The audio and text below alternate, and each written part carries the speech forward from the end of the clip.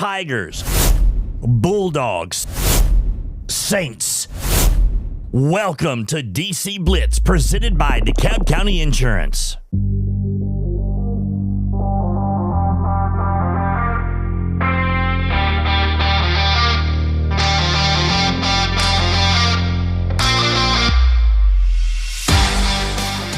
Hey, good morning. Welcome to DC Blitz. We're on location at KFC Taco Bell on the main strip right here in Smithville, Tennessee. And, Coach, they're giving away chicken biscuits until 10 o'clock this morning. They are. I'm glad I'm here. You got to come in to You get have to it. come in. You have to come in and look at us. Have the coupon. Saw your coupon. Yeah. I've shared your coupon. Yeah, and, there's a coupon on the Facebook page. If you don't have one, you can cut it out. You do that? You cut out coupons? Cheryl used to. Yeah. I used to help. Yeah. We don't anymore. Not anymore. I don't know if Too it's much work? worth it. Maybe. Other things we'd rather do, maybe. Pay full price. What are we going to do on a Friday night? Hey, well, I got 3 newspapers. Yeah. I remember being a kid and getting the Sunday paper. Me and a mom would cut coupons out. You know, that's the only reason they got the Sunday paper. That and Dad read the comics.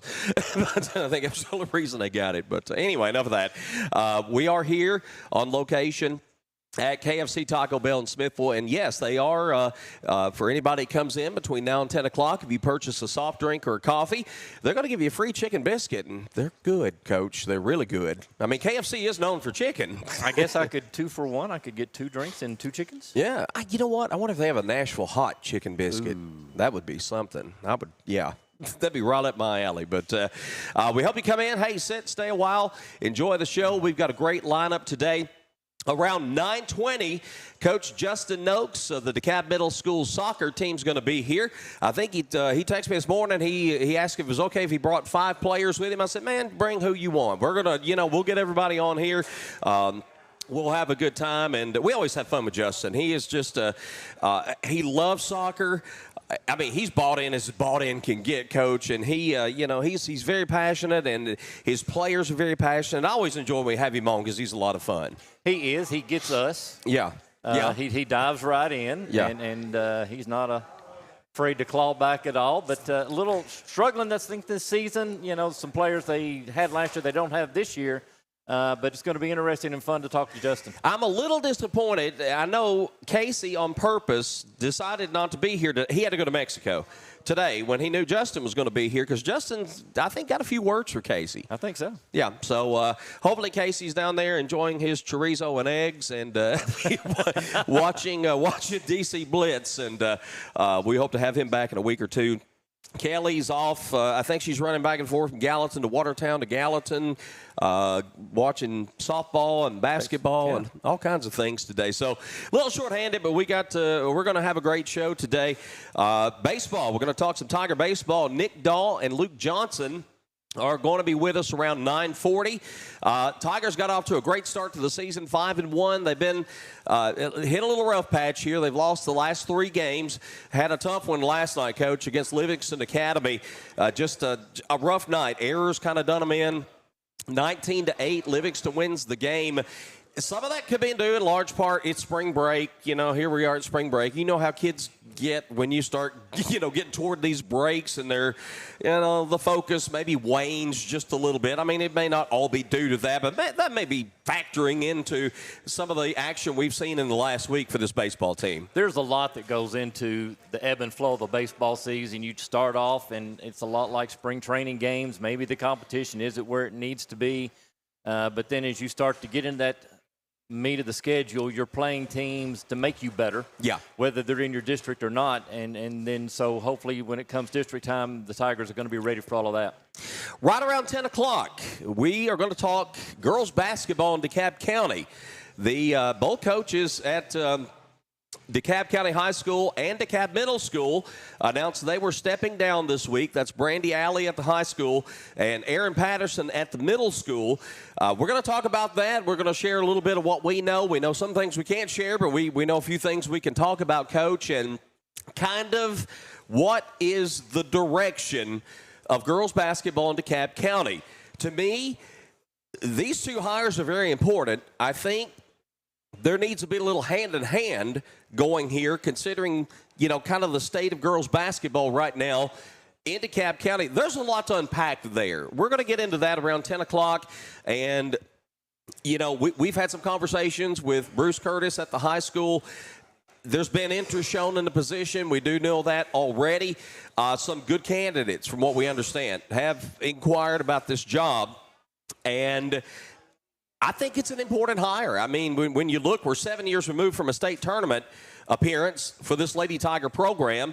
And, you know, Coach Alley's done a great job, but we had 10 players on the team this year. Coach, I mean, you need to rebuild some interest in this Lady Tiger basketball program. It's also a 14 district that was not very strong this year. Lady Tigers finishing second in it, so you can build off of that. I'm really interested in what our audience has to say or their thoughts about non-tenure, non-certified, as opposed to hiring a certified. What are your thoughts on that? I know we're going to talk about all this later on. Yeah, should somebody outside the school system be considered? Again, we've got a chat open. We keep the chat open throughout the show, and we do monitor that. So if you got some thoughts on the girls' basketball position, share those with us, and let's get a good conversation started for the 10 o'clock segment. We're really going to dive into that. And as always, we'll have the announcement of the Good Health Family Clinic Student Athlete of the Week.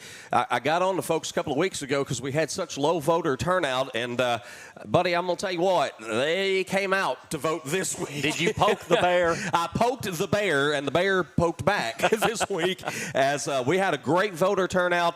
We have 5 nominees for the award this week, and a lot of votes were cast. And we'll be talking about that later in the program as well. Coach, it's been the week started off cold and snowy. And my spring break. For your spring break, just for you. Denver, Colorado weather. And tomorrow they're talking about record high temperatures. Welcome to Tennessee. That's it. But no games the first part of the week. Everybody kind of got back going on Wednesday. The Lady Saints softball team, they've not missed a beat. They have won 4 in a row, all by shutout. Last night, Presley Harrington pitched her second no-hitter in the last 10 days. She's just been absolutely on fire. Lady Saints, defensively, offensively, collectively, we watched them on Wednesday. Man, that's a fun team to watch. They have so much talent top to bottom. You know, and it's to describe what this coaching staff is doing with these players and their ability.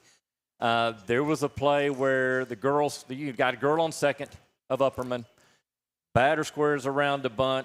Girl on second gets a big secondary lead. She's halfway to third. Yeah. You see all of the players moving where they're supposed to, and then you see the center fielder. She's coming up to cover second base. And it's like they know what they're supposed to do. Yeah. And so you've got great pitching. The top of the order is filled with bats that can put the ball in play, and they can run, and so they put a lot of pressure on you defensively that way. If you have not seen this Lady Saints softball team, you need to get out there. They are going to be something special. We're going to live stream their game. In fact, coming up on Monday, 5 o'clock, they will step out of district play to host Warren County. Now, we like to stream, and we like for people to watch the stream. But if you could come out there and watch that team in person, boy, and they're so spirited in the dugout. I mean, you know, you get the chance and stuff with girls softball, but man, they're having fun. I mean, they literally are just really enjoying themselves out there, whether they're on the field or in the dugout. And they really, this is a team that you can tell is very close knit. They love one another. If you have never been to a softball game, high school, I don't know if college does this or not. I know high school does. I know middle school does. But it's continuous nonstop chanting when the Lady Saints are at bat. And every batter has their own little chant that's for her only. And it's a pretty cool thing. And there's like, arena football. There's never a dull moment. Never, ever. So if you get a chance, come out Monday and see the Lady Saints in person. You know, if you got to work or you just can't come out, we understand it. You can check us out. We'll be on Facebook and our YouTube channel starting around 5 o'clock with the Lady Saints against Warren County. And I hope we don't jinx them by showing up. We can always pack up and leave. Yeah, we may have to. If things get ugly, they'll run us off and won't let us ever come back. Tigerettes open district play this week. They go down to Watertown on Wednesday after kind of an up-and-down tournament at Gordonsville last week. Couple of good wins, couple of tough losses. Watertown came out and hit the ball. Coach. I mean, they when you look, they had one, and I didn't make notes on the player. I think she was 4 for 4 at a home run, 6 RBIs.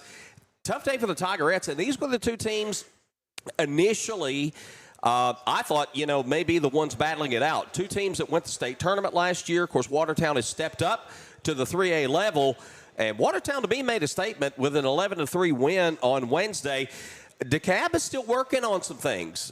They've been moving some players, trying some things. Defensively, errors have been a little bit of a problem for the team in the past few games. They can hit the softball. That's something that I think is just going to be there. But again, pitching, they're working Kennedy Odom in more, the freshman. She's been getting more time, and, of course, she's learning on the go as a freshman. But a good statement win, I think, for Watertown. For DeKalb County, this is the time of year I know you want to try some things out because you want to find that right chemistry before you really get into the heart of district play, and that's coming up here in about 2 weeks once spring break is over with. It's unfair for me to even comment. I have not seen the Tigerettes play at all. I know we came in with a lot of expectations. You lost a tremendous pitcher. You've talked about this. Maybe the fielding disabilities didn't really show last year because you had Cora Kilgore, she was on the rubber, and, all the strikeouts that she had barely had to, field plays. Yeah. And this year they knew their pitching was not going to be there, but they felt sound defensively that they were going to be able to make the plays, and maybe that hasn't happened. And so, like I said, it's unfair for me to even talk. I have not seen them. But new coaching staff, adjusting, shifting players around. It's still time to get this thing turned around. Absolutely. And Brandon, I almost called him his brother's name. He's going to come down here and punch me in the head. Brandon and Amy, so much love for the program there. And Brandon, my goodness, if you sit and talk to him 5 minutes about, just his analytical side of things, they're going to get this worked out. I don't have any doubts about that at all. But some people may be looking and thinking, oh, my goodness, panic. They're losing 8 runs to Watertown. I don't think it's at all time to panic. I think it's just working through, like you say, working through some things, finding those combinations. And, again, you lose a pitcher that, she could go out there and get you 15 outs by strikeout.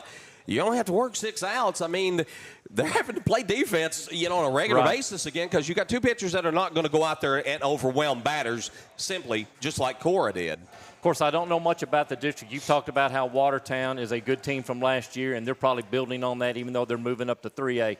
Macon County, I know nothing about. Central Magnet. So it could be that the Tigers. The Tigers. They're all Tigers. It could be that the DeKalb Tigerettes and the Purple Tigers are the top 2 teams in this district. I've been hearing more good about Macon. Macon's got some girls that can really hit the ball too, and they've had at times had a pretty good program there, so they may factor in. Don't know a lot about Central Magnet, I'll be honest, but Macon could factor into this race. But it will be interesting. And again, you're about 2 weeks away. Once we get into April and that heart of April, those games start having a little bit more meaning as you start gearing up because, hey, let's be real. You get to the 1st of May, it's tournament time. I mean, we've said this often. It's a short. You got 6, 7, 8 weeks at the most of your spring sports regular season. You don't have a whole lot of time to find your chemistry and get it all together before tournaments hit. Again, like basketball, baseball, softball, you have your regular season where you're the district or non-district, then you have your district season. Yeah. And they have 6 games, but none of that really matters if you can get everything tied up together, ready for the district tournament. Let's get into tennis just a little bit. I know we hadn't talked a whole lot about the tennis program, and I want to thank Bill Starkey and Coach Cadle. They've been getting me information and some photos and things to get us caught up on the tennis season. Going back to the DeKalb Invitational, it was a great day for the boys. They went 3-1 against their 4 tournament opponents. The girls, they got a match win, too. The girls, it's been a little bit, some growing pains, a little bit this year. But just going back and looking at scores, little by little, this team has been getting better throughout the course of the season. They only had 1 match this week. Weather kind of factored into that. The boys got an impressive win over Community, 8-1 in match play. Wins in singles by Lance Duke, Ethan Brown, Brad Hale in one of his few appearances we've seen him singles. He's been playing a lot of doubles, but he had a big win in his singles match. Lennon Salas gets a win. Zaylen Kroll, Coach Cadle and Bill had told me that they were trying some players that hadn't, been in certain spots here and there, maybe, mix and matching the doubles teams just a little bit. For the boys, they had a really impressive outing, and, we know Lance and Ethan, kind of that 1-2 there at the top of the tennis roster, but some of these other guys, Coach, Brad, for instance, I think this is the first year he's ever even played tennis. Man, they're getting up to speed, and they're starting to be a really competitive unit. Brad has to be like the country club player on the team. He does the golf, he does the tennis. He's all about the country club kind of look and all that. But, yeah, they're doing a great job. I know as soon as Coach Cadle got to DeKalb County with this job, like golf, there's not a ton of restrictions on tennis, and he was maybe pushing those boundaries, but, he was working with those kids all the time. Oh, yeah.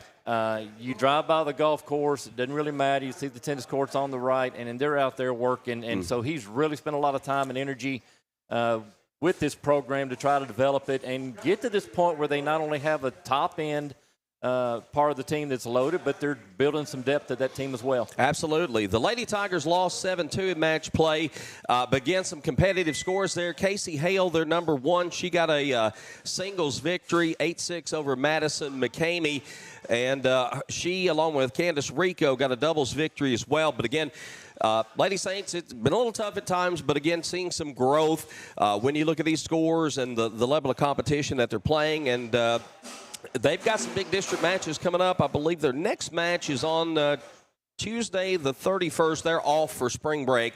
A lot of folks are going to be off for spring break this week. They'll be back in match play against York Institute. But once they get on into about that second week in April, a lot of district matches coming up. And I think that's why the coaches right now are trying to find, again, like we talked about with softball, find that right combination to get ready for the postseason. And they will. It's a team that typically does pretty well in the district. Yep. And look for them to make another run this year. All right, we're going to go to break here in just a moment. I want to take a moment to recognize our sponsors. First of all, I want to again thank Chris Jones and the staff here at KFC Taco Bell. They've invited us, said any Saturday we want to be here, come be here. We really appreciate that. They take care of our guests with chicken biscuits. And again, today you can get your free, I want to say it's a free chicken biscuit. It is free if you buy a drink, which, it's a drink. You got to have a drink.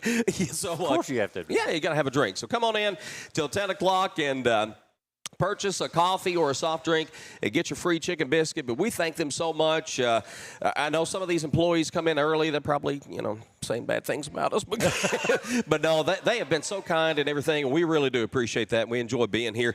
We want to thank them. DeKalb County Insurance, our title sponsor throughout the course of the season. Big thanks to Grant James and all his fantastic staff at DCI. Good Health Family Clinic, Holmes Group, and Ignite HVAC, Electrical and Plumbing, Liberty Auto Glass, Matt Quarles. He's been sponsoring us for 2 years now, and he told me, I think he told me back at the beginning of the year, he said, I don't so much sponsor for the, for just the advertising point of it. He said, I just love what y'all do, and I love supporting, local sports, and we love Matt, and we appreciate that so much.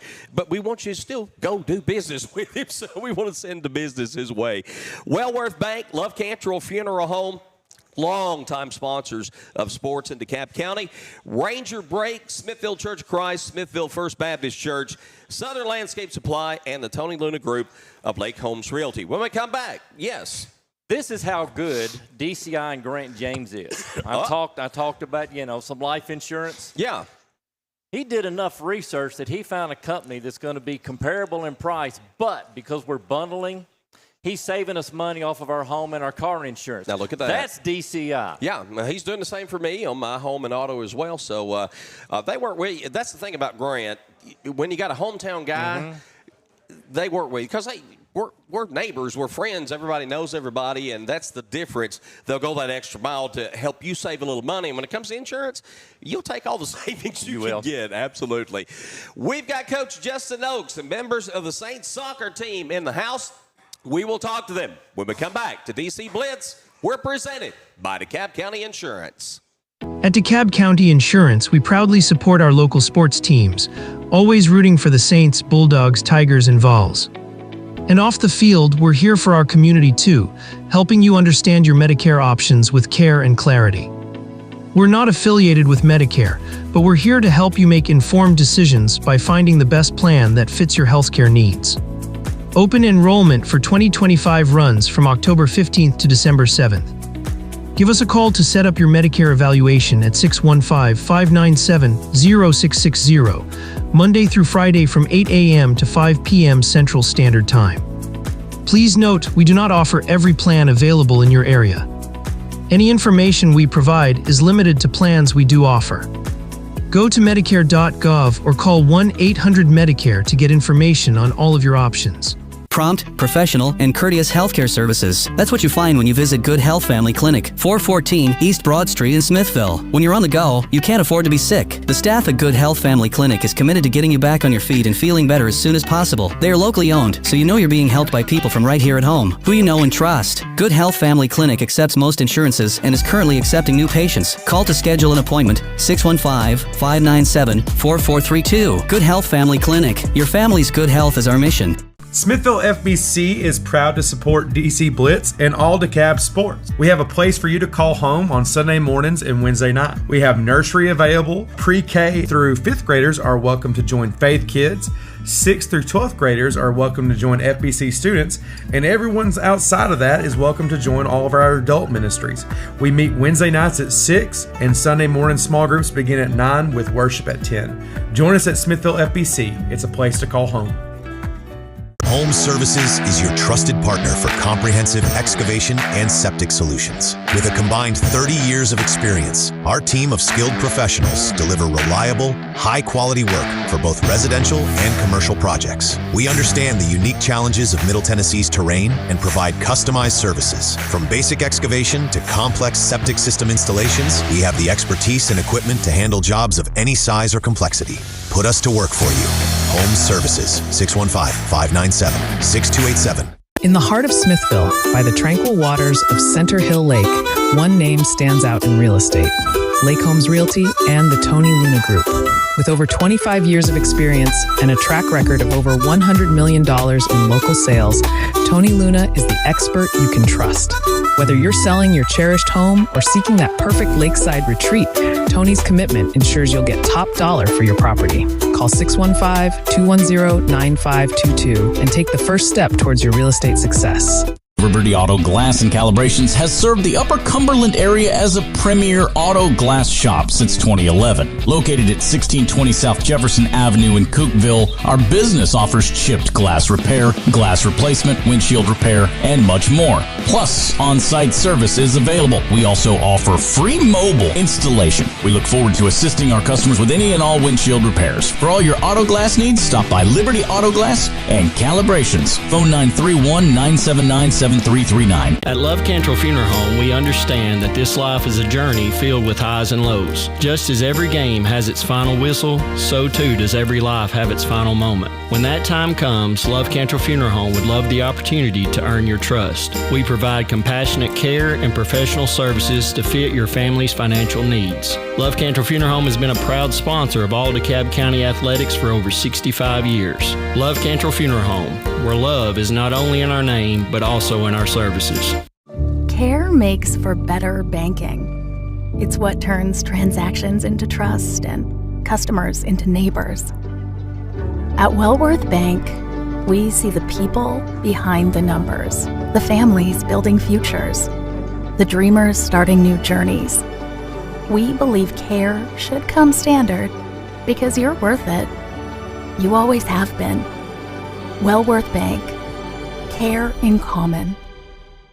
Brain Your Brake offers made in the USA, assembled in the USA, and world-sourced brake lines so that they can meet all levels of market demand. That helps them maintain a good, better, and best approach to giving customers the options they need to succeed with ease. Ranger Brake has a second-to-none qualifying process which ensures each and every product is certified before it's actually sold in the USA. By providing qualified products that are tested in the USA, Ranger Brake is doing their part to keep it safe out on the roads. Ranger Brake, proud supporters of all DeKalb County athletics. Smithville Church of Christ invites you to come worship with us. Smithville Church of Christ believes that God is a relational being who exists as Father, Son, and Spirit. That human beings have a created likeness to God which makes each of us eternally valuable. That salvation is the free gift of God, received through faith and expressed through confession, repentance, and baptism. That personal transformation, a process initiated by God's grace, gathers momentum as our will is increasingly brought into alignment with God's will. Come visit Smithville Church of Christ any Sunday or Wednesday night, as we study together and worship our Lord. For 20 years, Southern Landscape Supply has been serving DeKalb County and the Upper Cumberland with everything you need to keep your lawn looking its best. From grass seed and fertilizer to top quality mowers and tractors, we've got you covered. And when it comes time for maintenance, our full parts and service department is here to keep your equipment running strong. Whether you're tackling the backyard or the back 40, trust your hometown experts at Southern Landscape Supply. Southern Landscape Supply, 611 Rich Froning Way in Cookeville.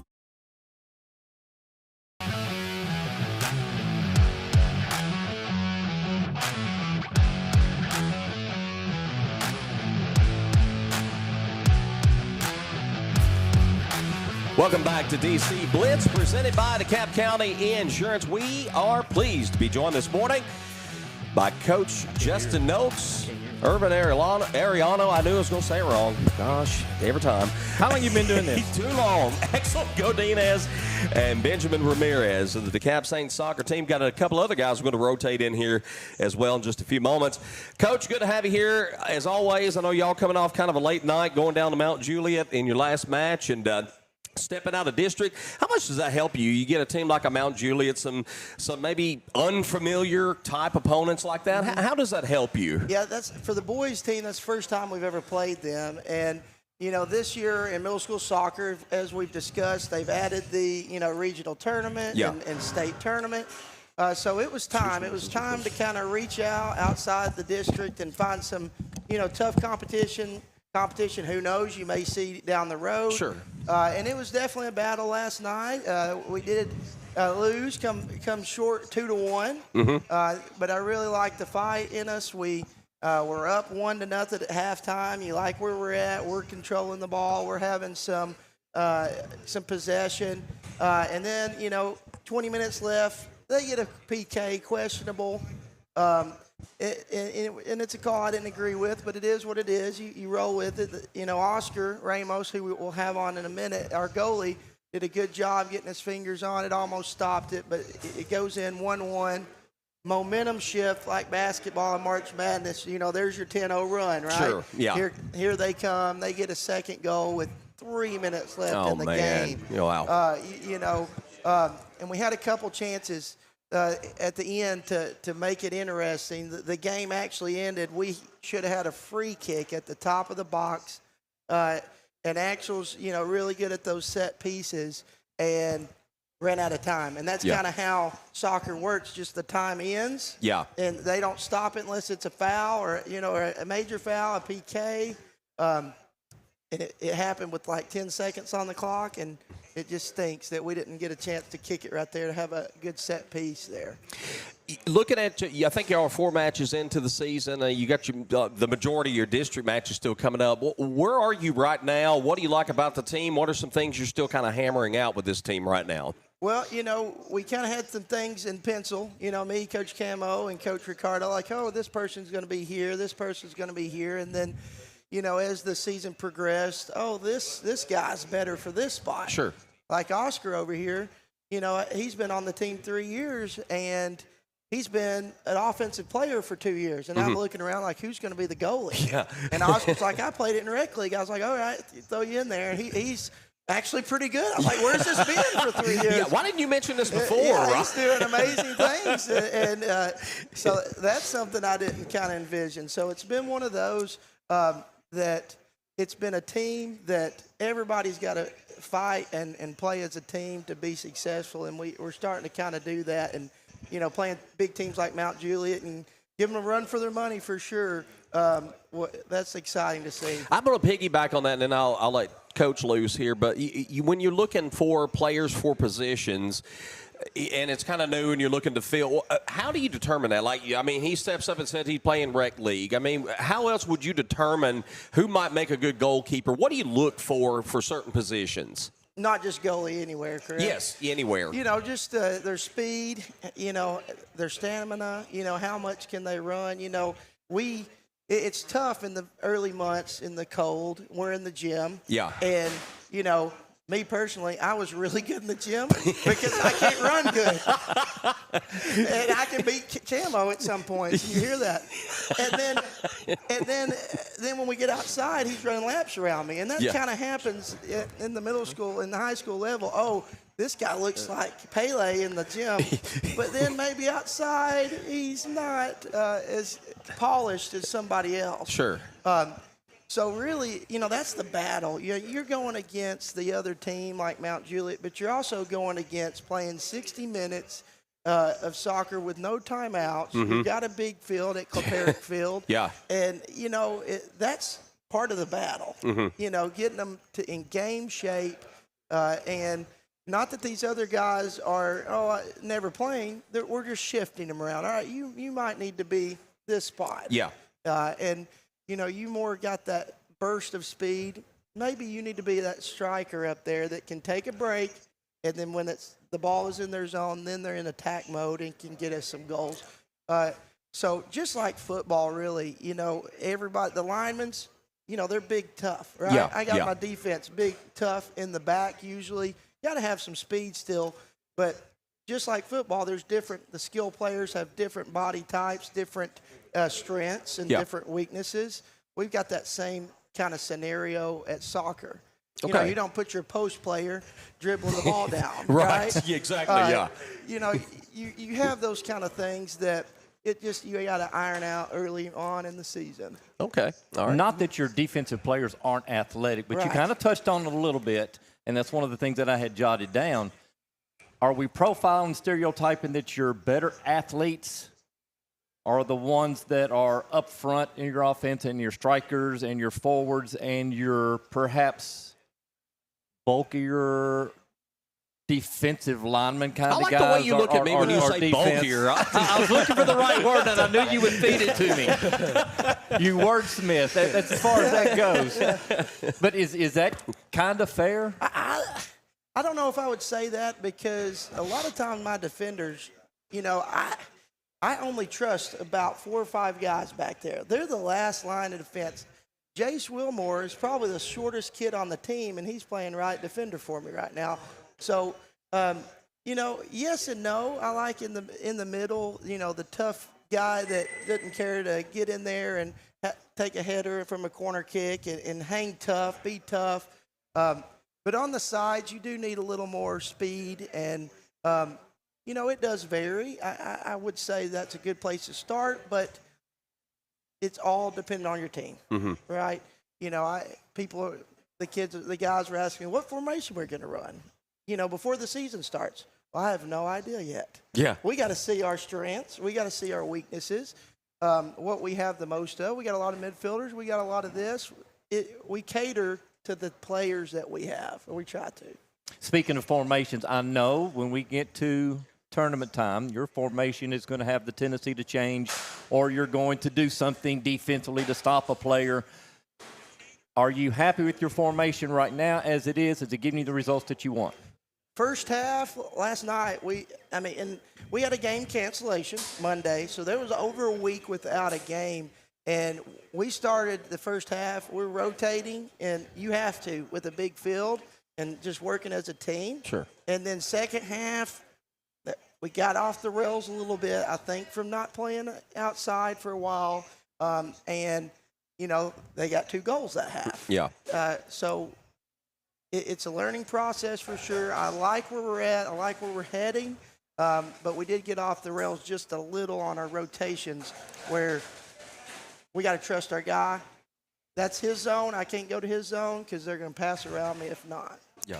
Through rec league, middle school, high school, there's a lot of collaboration between you and Coach K, Coach Camo, everybody. How much of your formation, what you do at the middle school, is in sync with what's being done at the high school? Well, you know, it is kind of different and same at the same time. Coach K is going to do the same thing. He looks at his team. He might not run the same formation I do this year. He's running a little different than me this year because he's got different players Sure. than me. Yeah. But, I feel like that when Coach K says, hey, we're going to run a 3-5-2, that's 3 defense in the back, 5 mid, two up front. My guys, the freshmen, know, okay, this is the spots we play. Yeah. So I'm hoping, and we're trying that when he switches formation, that my guys are going up there, freshman, sophomore, they know, all right, this is my job. He put me at defensive mid. I played that over there, and they're feeling comfortable and having success over there. Offensively, not quite the scoring output that you had last year. We won't get into all those reasons, but what can you do with your formations, your personnel to try to improve that? What are you doing to try to score more? Well, we got Ben Ramirez over here that he's up here on the wing. He's been what we needed up there, that calm, consistent presence. He didn't get a lot of, varsity time last year, but you couldn't tell this year. He's come in. Axel's still controlling the midfield, creating chances for us, controlling the ball. It's 3-on-1 and a lot of times in the midfield, and he comes away with it sometimes, a lot of times. So, yes, I would like the scoring output to be there a little bit more, obviously. To put the defense, we've got Luis over here and Oscar, our defense on deck circle over there. They like some more goals to get the pressure off them. Sure, yeah. But, it's hard. It's tough, With the team we had last year, we lost a lot of offensive firepower, no doubt. But it's going to be more of a team effort this year. It's not going to probably be one person scoring all this. Axel's scored a lot, but it's going to take some of these other guys to step up and put some in the back of the net if we're going to win some games in their district play this time. Just starting to get in that district. I can't wait to get out there and see them. All right, let's talk to our players here that we got with us this morning. Irvin, I'm going to mess this name up, and I got it right the first time before we went on the air. Irvin Arellano. Yeah. Irvin, what's your position on field? I play center back. Center back. So tell folks at home what your responsibilities are. Just really center back is basically just taking care of the whole defense. Yeah. And I would say it does take a lot of responsibility because, it gets past our mid. We're the last line of defense. It gets past us. It's just the striker versus our goalkeeper, Oscar. And I would just say it's a very important place to be. Being that last line of defense, how do you stay ready, so to speak? Just keep your feet, moving at all times because you never know what they could do. Right. They could cross it, through ball. You don't know what's going on. You just got to read their body language. How many years have you been playing soccer? 3 years. 3 years. Oh, with the middle school, I've been playing 3 years, but I've been playing all my life. All your life. What do you love about the sport? When I just like to play it, to be honest. Yeah. Rec league is when I really loved the passion of soccer, and then my 6th grade year, I just tried out for the middle school, and I just loved it. That's fantastic. And he loves to hang out with me. I know he didn't say that, but that's one of the reasons that he's here. But, Irvin went down the first 15 minutes and he's done probably this year. Yeah. And he was a big member of our team, starting defender last year. And, defense is a hard job because, you get scored on, everybody's pointing the defense. Sure. But you got to remember it went by 10 other guys to get to that guy, to get to in the goal. So Irvin, has been a great leader. He's not been able to play, but he's been at every game. He's been even at Mount Juliet last night coming to get there. He talks his mom into taking him out to eat after the game. But I know he's not there for that. He's there to support the guys, and he's kind of added. I now have a 4th coach now. Yeah. He's telling the guys behind me, hey, you need to do this, you need to do this. And he's been a really good leader. I hated it for him. He went down during the play day, first 15 minutes of the play day. But the defense, they never get their name in the paper. Yeah, I know. They don't score the goals, but they do the grunt work to keep you in the games, right? You got Nick Gall coming in here. He's the catcher. He don't get it named, but he's controlling the pitches, right? Exactly. He's catching. He's controlling the game. those type of players are what make your team successful. And we've got a good defense. I know we lost a lot, you know, and definitely miss those guys. But these guys have come on strong and keeping these games close. We played Gladville at the beginning, lost 5-1. You're not going to beat a team letting 5 in. Right. And then we've kind of reset, letting 2 in against Mount Juliet. Now we're talking. Now we can keep that. We keep them low, and then anything can happen. It almost had some magic last night, but ran out of time. You're getting Coach puffed up talking about defense. That's right in his wheelhouse. But Ben, tell us what your position is and what your responsibilities are. Oh, I'll play right wing. Okay. And most of what I do is I help the offense push forward to Sure. create a chance to score. And, well, thanks to Axel, our offense can score. Yeah. Do you get many scoring opportunities, or are you there mostly to set up for scoring? I get some chances to score, and sometimes I'm there to set up. Yeah. Yeah. How many years you been playing the 2 game? years. 2 years. Yeah. So what do you love about the sport? I just love how I can run free, play the game I love, and just be there. Some people don't like running. But you must love it to do it, correct? Yes, sir. What do you like about this team? I mean, what do you think it really stands out about your team? Well, I like how we just read the field. We talk. When one of us makes a mistake, we call them out on it, help them, tell them what they should do to improve. Yeah. And I just love how the guys play and help us get better. This might be a dumb question. I'm asking it, so it probably is. But you being an offensive player, do you have any defensive responsibility? Yes, sir. Okay, so what would that be? I mean, what are you doing from a defensive standpoint? So when the other team's offense gets the ball, they're going to try to go down the field. And, well, I have to go back, help recover, help the midfield, and just try to get the ball back. So you're kind of from the offensive end, say from goal back to midfield. You're kind of, I guess, what you would call the first line of defense, right? Yes, sir. Okay, all right, that makes sense.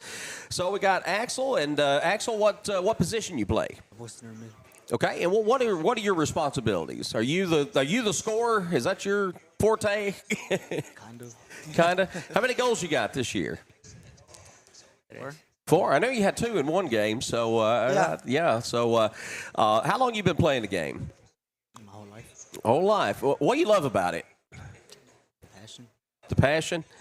What makes this team special? And when you look at this team, what do you think gives your team a best chance to maybe win a championship this year? Keep fighting to the end. Yeah. Okay.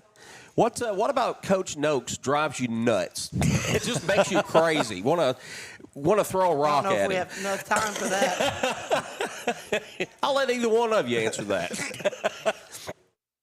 That's Irvin. He's in the sideline with him. Okay. Coach, you got anything? I really don't. I mean, you kind of touched on your last one is, guys, anybody in particular, is there anything you wish Coach Nokes would do differently? No, sir. No. Man, that's coaching right there when nobody is barking. Hey, I'll pay y'all later. I'm going to ask this for Coach Camo, who's not here to defend himself. Yeah. Who do you listen to more, Coach Nokes, Coach Camo, or Coach Ricardo? Well, Coach Nokes. Okay. I just got the loudest mouth. Okay. That's the thing. Coach Camo and Coach Ricardo's, they're doing their, tactical thing. I just like to yell. and even last night, I mean, this is just a bought-in effort. Axel's like, where's your clipboard? I was like, here it is. He's drawing up something for defense. Right. So, it's – and I love that. I love that they're taking some, responsibilities, and they all want to be great. Yeah. And be great. And Axel, he's, very humble. He's controlling this whole thing. His dad, Victor, Godinez, played on the first ever DeKalb soccer team. I was on it. He wouldn't pass me the ball. I wasn't good enough. But Victor was, one of those, you could put him in goal. He could score goals. And I'm now getting to, have the honor to coach his son. It's just been so That's really cool. Yeah. Cool to see. To just see the lineage kind of DeKalb soccer start to develop now that we've been established for a few, over a decade now. We're going to swap players out. I got a question while we're doing that. Guys, thank you so much. We're going to get Oscar and Luis in here. You're sitting on 99 program wins. You need one more to have 100 in the program history. Your next match is Avery Trace on the road. I told you earlier you got to get it at home, so we're pulling for rain, although you don't want to hear that. But no, in all seriousness, 100 wins, that's a great milestone.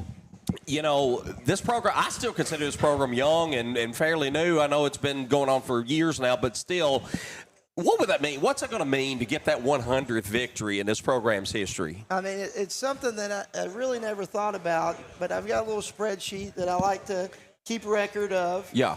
And I just was casually looking at it. I was like, oh, wow, we're sitting at 98 wins right now for total. So it's definitely something worth celebrating. I've had some great coaches along the way. Of course, Coach Cameron has been with us for a decade, and Coach Ricardo recently, Coach Birchfield to start, Coach Leiser, Samantha Leiser there for a few years. So, but us as coaches, we don't put the ball in the net. We don't stop it. I've had just the greatest parents you could ask for. Thank you. Because of this guy, and just some of the greatest players. I look at, we could get beat by any team 4-0, and I look at my team. I want those guys, my guys, right? And my girls during the fall. So it's definitely been blessed to have the kind of players that can get you those type of wins and have the success that. And we've had a lot of guys, a lot. And I'm not going to start naming because I'm going to forget people, but that deserve to be mentioned. But just the type of players we've had. Thank you, Rec League, for developing them. Yes, absolutely. And that's one of the reasons we've been successful. We're going to get some teams that don't have that in place. Yeah. And there's our advantage from the first whistle. They've never kicked a soccer ball till a month ago. Yeah. We've been doing it, their whole life. So the Rec League, it's just the principles I've had to support the program, just everybody. And here we are at 99, and I'm not going to get emotional, but it's been a great ride. It's been a great ride. While we're still in kind of a transition, I just want to touch on this real quick. Can you give us any update on Cameron Miller? I do not have any updates. I'm kind of hearing, of course, Coach K goes to church with them, and I get updates from them. I know they've got a lot going on. I don't want to bother them and want to reach out to them to see what an update is. Of course, we've had, as a soccer family, throughout the years, and that was a big deal. Obviously, a big player that his 8th grade year he didn't get to play. And nobody's wore number 9 since. Yeah. In his honor, he was number 9. And, he's a fighter. His family's always had the best attitude with all of this. And, to see him in the black and gold as a Tiger, not knowing if he was ever going to get to play again. I mean, if that don't bring chills to you, if you're not a sports, I don't care if you're a sports fan or not. Yeah. Or a soccer fan. So, Mr. Vance, I don't have any update on him, unfortunately, but Cameron, wishing you the best. Always, absolutely. Love you, dude. And definitely going to be reaching out because, once a saint, always a saint. And, once a member of DeKalb soccer, always a member of DeKalb soccer. Absolutely. For sure. Thank you for that. We appreciate that, and I know the family does as well. Our 2 players joining us, Oscar Ramos, Luis Rodriguez. Oscar, you're the goalie, right? Yeah. All of a sudden we're looking for a goalkeeper, and you just stand up and say you've got some experience. Were you pretty confident that you could handle the job? Yeah, I feel like, yeah. Have you played goalkeeper? Why? I mean, is that something you played a lot in Rec League? I used to play it when I was a little kid. Okay. What's the most difficult thing about that position? Well, you have to. These shots are coming in pretty strong. Yeah, it's and it's something that you look back and you got to get it out of your own net. You feel responsible, right? And what Oscar's done a good job of is you got to have a really short-term memory, like short-term memory, like a goldfish. Like, you let one in, that stinks. Yeah, let's throw it back out, and I gotta lock in here and keep it close. And you can't dwell on making a mistake. And you got to realize, you know what? It went by me. It also went by 10 other people in front of me. Yeah. So that's kind of the mindset. And Oscar's done a great job. His punts have been amazing. Like I said, I kind of penciled him as a left wing to start. Yeah. And now he's totally shifting gears. I was like, hey, after practice one day, I was like, hey, Oscar, can you go buy some goalie gloves this weekend? Because you're playing goalie you are the man. Next game. So, you are the man. So it's good to see that. I still always think the downtime, and what I say about downtime is when you're back there and the ball's on the other end of the field and has been for 20 minutes, staying focused, is that ever hard? I mean, if you're not seeing a lot of action, is it hard to kind of maintain your focus on what's going on if they're not on your end of the field? If it's on the end of the field, I still focus just in case. Yeah. They do a through ball. And that's our biggest goal, Tom, to make Oscar bored. That's what we want to do. Keep him out of the game as much as possible. Exactly. Yeah. Not that he's not a great player, Sure. but if he didn't touch the ball any, I feel pretty good about the game. Connor used to pretend that he was mowing the 18-yard box, just back and forth while the ball's on that far.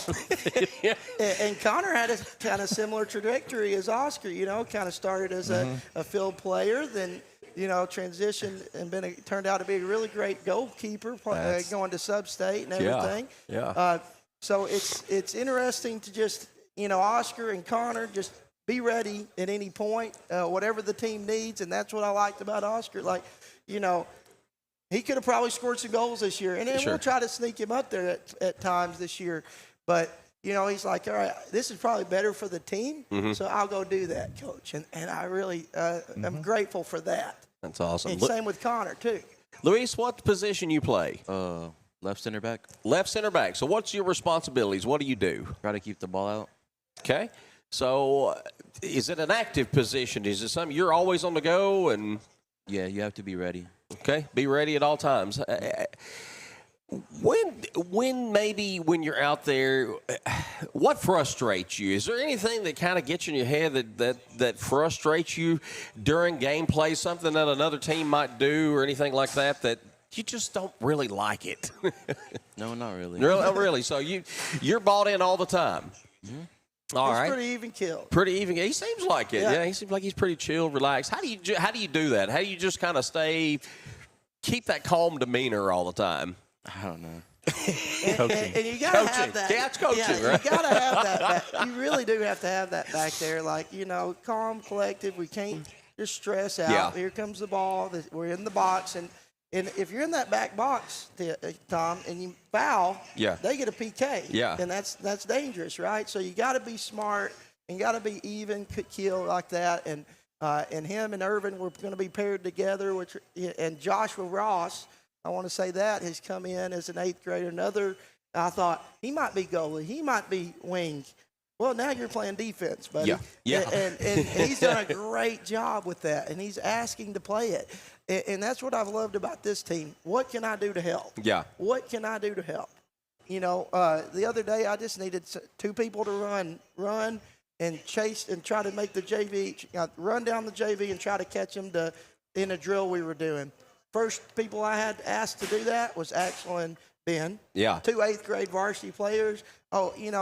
Some would say, I'm too good to make that sprint. Not them. They're in there trying to make everybody better. That's from great. The 6th grader that just showed up to the team, and that's what I've loved about this team. Just the team atmosphere and just being bought in. We'll go out kind of with this. I'm angry that it took TMSAA until this year to get you a postseason tournament because you've had some good teams that, win conference last year. Right. But at least they've done it. Right. And how excited are you that now that opportunity is there, there's a state championship you can go after? Yeah, last year, if it would have came up a season earlier, Lady Saints and Saints were going to region. But it is what it is. That was a great team last year. But, we're trying to get to this region, the next level. That's why we've been trying to play some of these teams that we might not see regularly. Right. But let's see what they have just in case. And you're going to get better playing better teams.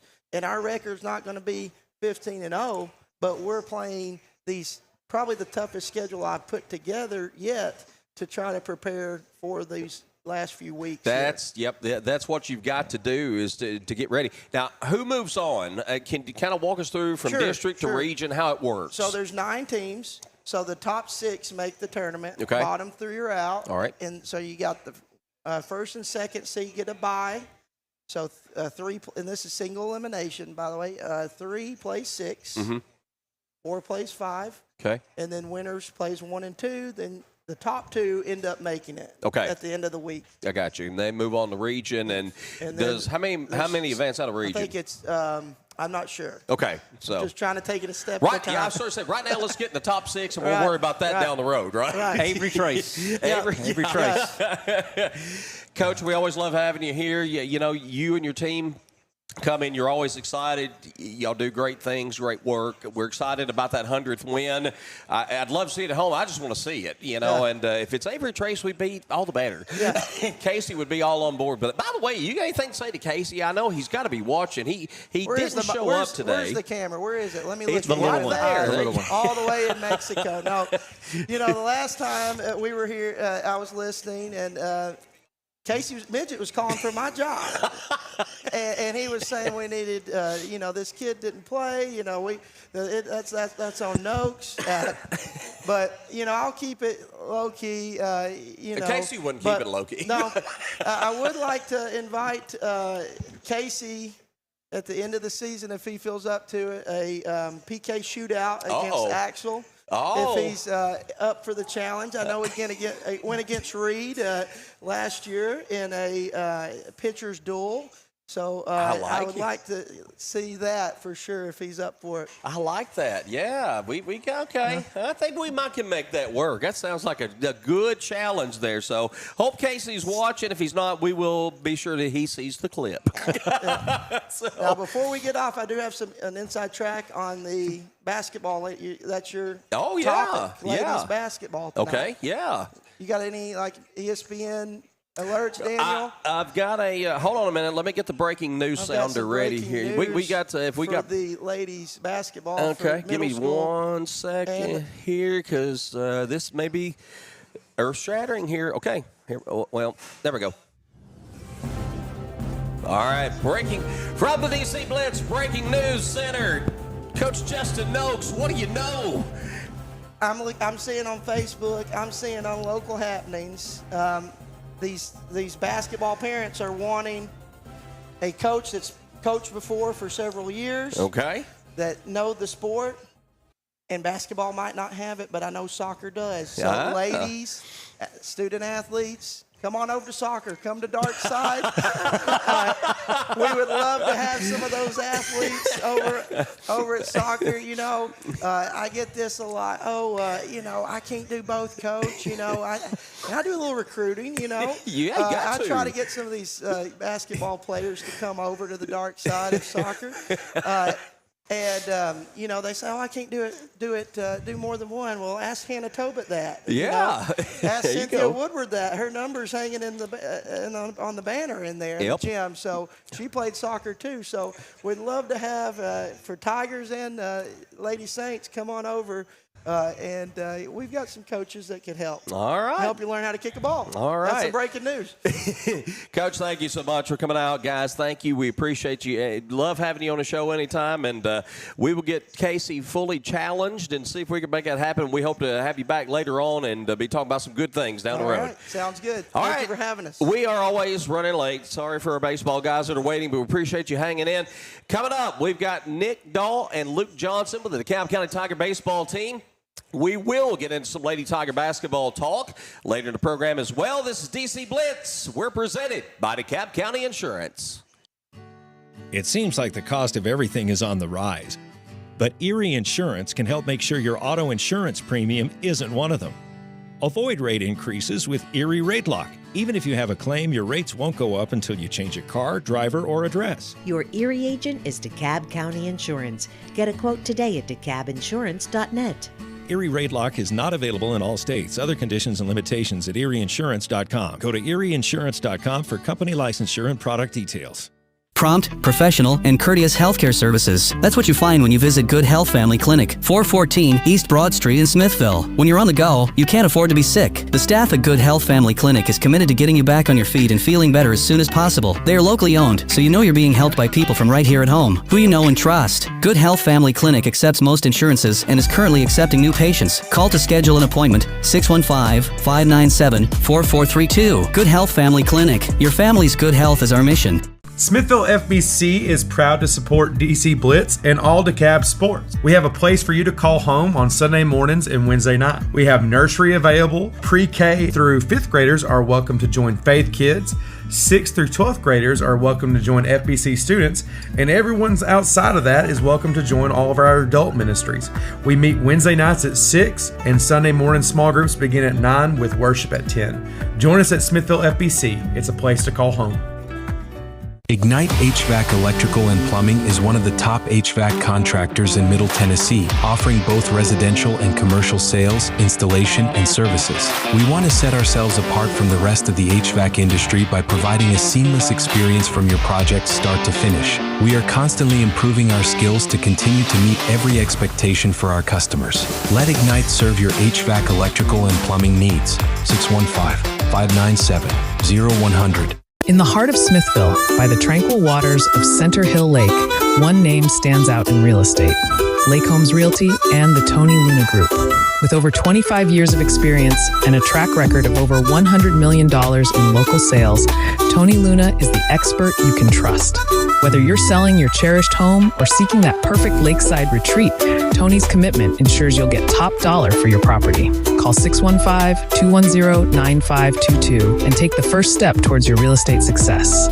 Liberty Auto Glass and Calibrations has served the Upper Cumberland area as a premier auto glass shop since 2011. Located at 1620 South Jefferson Avenue in Cookeville, our business offers chipped glass repair, glass replacement, windshield repair, and much more. Plus, on-site service is available. We also offer free mobile installation. We look forward to assisting our customers with any and all windshield repairs. For all your auto glass needs, stop by Liberty Auto Glass and Calibrations. Phone 931-979-7339.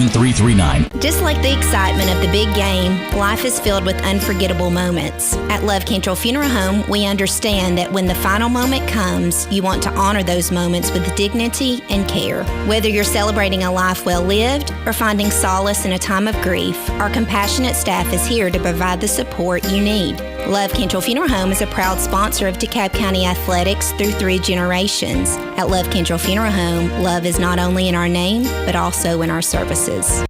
Care makes for better banking. It's what turns transactions into trust and customers into neighbors. At Wellworth Bank, we see the people behind the numbers, the families building futures, the dreamers starting new journeys. We believe care should come standard because you're worth it. You always have been. Wellworth Bank. Care in common. Ranger brake offers made in the USA, assembled in the USA, and world-sourced brake lines, so that they can meet all levels of market demand. That helps them maintain a good, better, and best approach to giving customers the options they need to succeed with ease. Ranger Brake has a second-to-none qualifying process which ensures each and every product is certified before it's actually sold in the USA. By providing qualified products that are tested in the USA, Ranger Brake is doing their part to keep it safe out on the roads. Ranger Brake, proud supporters of all DeKalb County athletics. Smithville Church of Christ invites you to come worship with us. Smithville Church of Christ believes that God is a relational being who exists as Father, Son, and Spirit. That human beings have a created likeness to God which makes each of us eternally valuable. That salvation is the free gift of God, received through faith and expressed through confession, repentance, and baptism. That personal transformation, a process initiated by God's grace, gathers momentum as our will is increasingly brought into alignment with God's will. Come visit Smithville Church of Christ any Sunday or Wednesday night as we study together and worship our Lord. Bad Boy Mowers' legendary reputation for strength, performance, and value is now available with Bad Boy tractors. From mid-size to subcompact models powered by 22 to 35 horsepower water-cooled diesel engines, your tractor work just got real easy. On the farm, the ranch, or even around the house, Bad Boy tractors deliver power and durability all day, every day. Bad Boy tractors work with an attitude. Find your big boy tractor at Southern Landscape Supply, 611 Rich Froning Way in Cookeville. Visit them online at thesouthernlandscapesupply.com.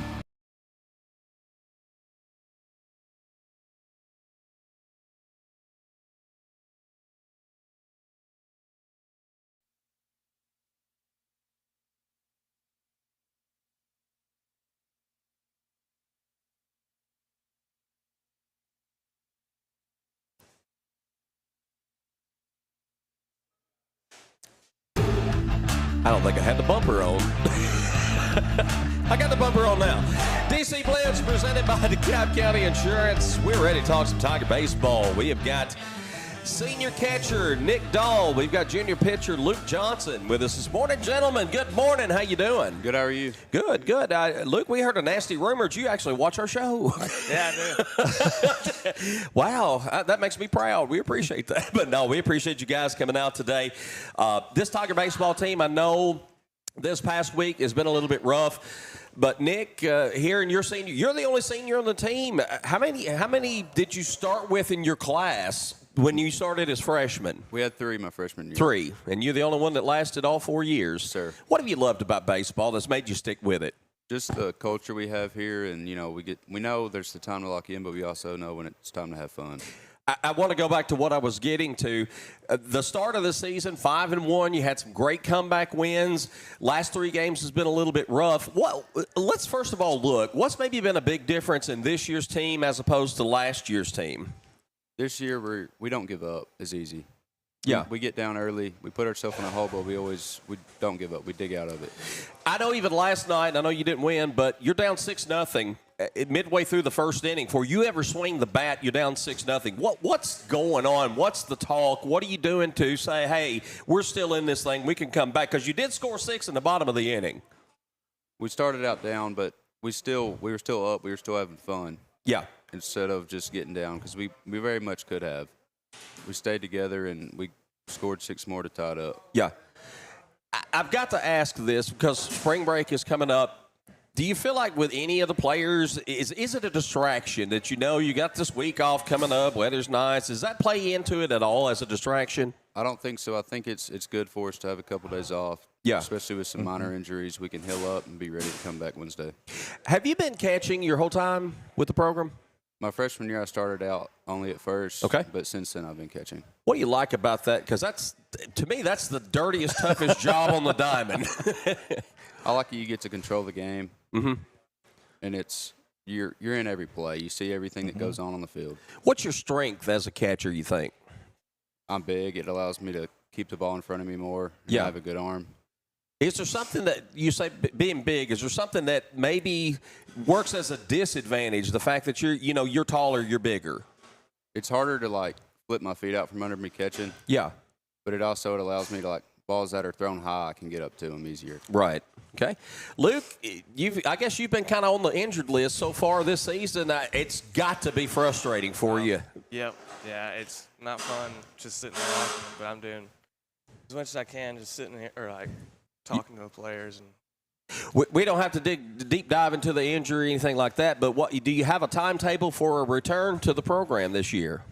Not really. I'm getting my arm looked at Monday, so that'll tell a lot. All right. Well, we were excited to see you back. I think a lot of people felt like you were going to be the number one pitcher coming into the year. What's some things that you've worked on from a pitching perspective, maybe since last season, to improve your overall game? Like off-speed pitches, because mainly last year and freshman year, I just throw fastballs right down the middle. Yeah. What's tough about throwing off speed? Because I know there's arm mechanics and stuff I don't understand, but what makes it difficult to throw curveballs and other off-speed pitches? Like change-ups, I'm not good at pronating, but I haven't really had a change-up. Yeah. But usually pronating for me is a lot. Now, what is that now exactly? So... Okay, just the way you hold the ball. I guess the mechanics of how you hold the ball, basically, correct? How you throw it at the end, so it's like just going. I understand what you're saying. Even though you've not been able to play, you've been there, been part of the team, been in the dugout. What do you do to kind of? Couple of things, I guess, stay engaged and be that teammate that's there rooting your teammates on. What are some things that you do? Just keeping them in the game, not letting them go off. Don't let them get down. Yeah. Like when it's 6-0, you just try to help keep them locked into the game, right? Mm-hmm. All right, Coach. I'm going to stay with you, Luke. When you do come back, I'm being very positive about this. When you do come back, what are you doing as far as rehab that's going to increase a pitch count that they may impose on you? At the start of the year, we was doing just working up all the 20 pitches and 30 pitches, but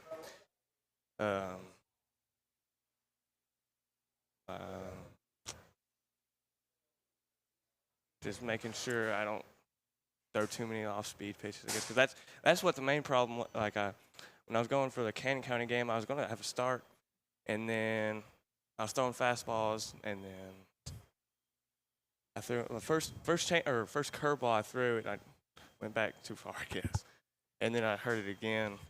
So maybe not throwing as making sure. Just want to make sure it's all right. I mean, everything. With pitching, you've got to make sure your arm's 100%, right? I mean, you don't want to go out there and risk hurting it worse by trying to, I guess, get back too quick, correct? Mm-hmm. Yeah, well, even my leg, because I had a couple at bats yesterday, but then when I was running the first and the last one, I kind of tweaked it a bit. Yeah. Again. Nick, you talked about also playing first base with some experience there. Which you prefer? Do you like catching? You like first base? Which you prefer? I'd rather catch. You'd rather catch? First, sir. What's just the fact that every pitch is coming to you? I know first base gets a lot of it too, but are you calling pitches or is that from the dugout? I get them from Coach Leslie. Both of y'all are older players. Got a senior. It's a very young influence team. A lot of freshmen, a lot of sophomores. What are y'all doing as far as leadership and trying to help them develop and help them grow? Just leading by example and every day, showing up with the right attitude and the work ethic and getting after it. Luke? Yeah, same thing. Yeah, just keeping them in check most of the time. I'm a good friend with all of them, so. Okay. Do they stay in check pretty good, or they? Or are they kind of a wild bunch sometimes? Yeah, a little bit. A little bit. Can you keep Casey Midget in check when he's scorekeeping and all that stuff? No. So what can we expect for the rest of the season? From spring break, we're going to get back after it and keep playing. It's a long season. It's not just you can't decide how the season's going to go after the first couple games. So we just have to. It's not a sprint; it's a marathon. You kind of talked about it earlier. Had a kind of a rough week, and it's kind of reset, clear the mind, and just kind of go back at it when you get back on the diamond. You're really going to have a lot of district games once you get back from spring break. I mean, has everything kind of that you're working on up to this point, you're kind of focusing on those district games because those are the ones that do really matter? Is that what you're really kind of locking in and trying to get ready for? We're trying to get our pitching rotation ready. Who's going to go on a Monday and who's going to go on a Tuesday. Right. Okay. Nick, and these are unofficial stats, just some stuff that I cobbled together. I've got you batting .444 this season, which leads the team. I've also got you with a .722 on-base percentage. That's pretty impressive. And again, that's unofficial. I may be off a little bit there. But I've got you with 8 hits and 5 walks. 5 walks tells me you're being patient at the plate. What are you looking for when you step up? For me, my biggest thing is waiting on a fastball. That's what I excel with. Yeah. Because off speed, I'll tend to chase and get on my front foot. Yeah. Is that something you're kind of working on, being able to handle off-speed pitches? Just my biggest thing is waiting on it, seeing the ball out the hand and waiting on it. Do you feel like you're maybe the most patient you've ever been at the plate? I'd say so. What are some things maybe that you've worked on that helps with that discipline?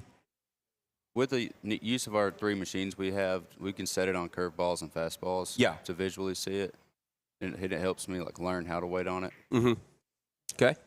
Does being a catcher and seeing the release of your pitchers, curveballs, fastballs, whatever, off speed, does that help you as a batter? Yes, sir. It shows I can tell how it starts or how flat it is or how loopy it is. Because he's back there seeing every pitch. Oh, yeah. Yeah. Luke, as a hitter, you mentioned you got a couple at-bats. What are you looking for as a hitter when you're in the box? And being a pitcher, does that give you any kind of advantage as a hitter? Oh, yes, it definitely does for just knowing the situation and what pitch they might throw. Yeah. So, but I also hit good on fastballs. So I think first strike I see, I always swing. Yeah. Swing. Yeah. Because I don't get deep in the counts unless it's. But do you have any difficulty with off-speed pitching? It's not my biggest. I'm not the greatest at it, but I'm definitely not terrible. Something that I guess you're still working on as a hitter to try to improve on? Mm-hmm. Okay. What the coaches, tell us a little bit about the coaches. What is something that they preach, that they really emphasize, at the team as a whole, something they're emphasizing to all of you? That it's not an individual sport. We have to come together as a team and play as one to accomplish our end goal. Yeah. Okay. Luke, I want to ask you about Coach Patrick Cantrell that's come in this year to help with pitching. What has he brought to the table?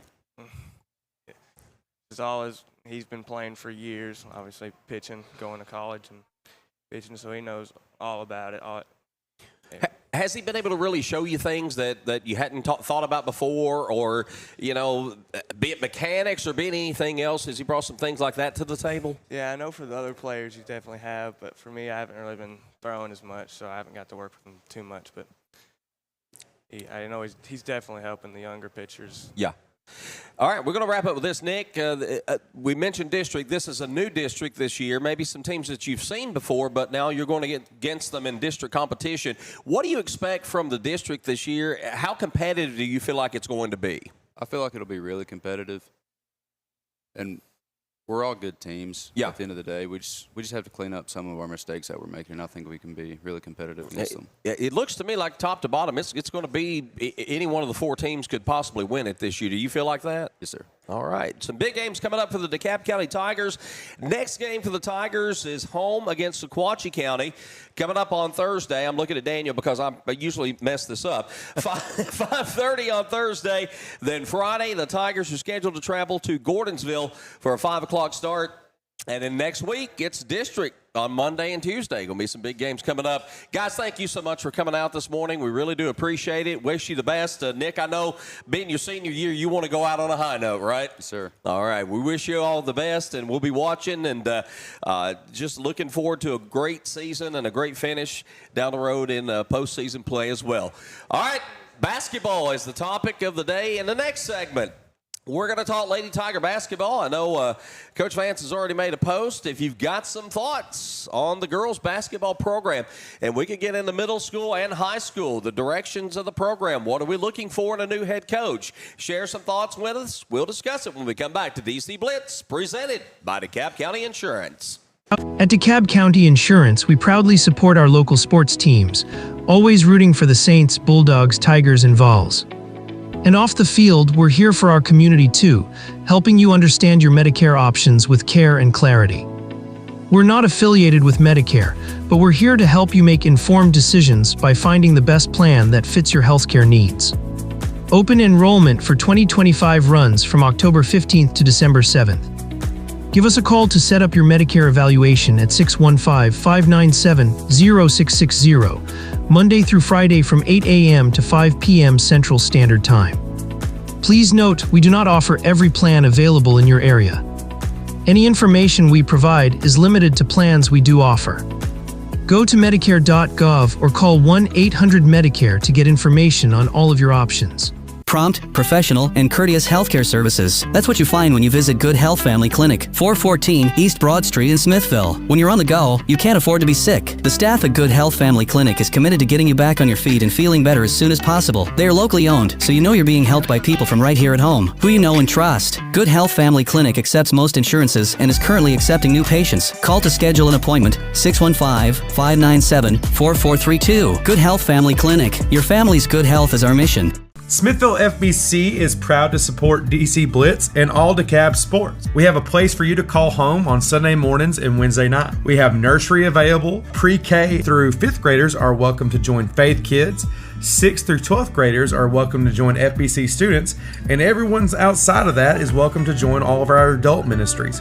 We meet Wednesday nights at 6, and Sunday morning small groups begin at 9 with worship at 10. Join us at Smithville FBC. It's a place to call home. Home Surveillance is your trusted partner in video surveillance equipment. Our team understands the critical importance of safeguarding your family and securing your business assets. We offer comprehensive solutions tailored to your specific needs, ensuring peace of mind through advanced technology and expert installation. As a locally owned and operated business, we take pride in our community and strive to build lasting relationships with our customers. Let Home Surveillance help you protect the things most important to you. Give us a call at 615-597-6287. In the heart of Smithville, by the tranquil waters of Center Hill Lake, one name stands out in real estate: Lake Homes Realty and the Tony Luna Group. With over 25 years of experience and a track record of over $100 million in local sales, Tony Luna is the expert you can trust. Whether you're selling your cherished home or seeking that perfect lakeside retreat, Tony's commitment ensures you'll get top dollar for your property. Call 615-210-9522 and take the first step towards your real estate success.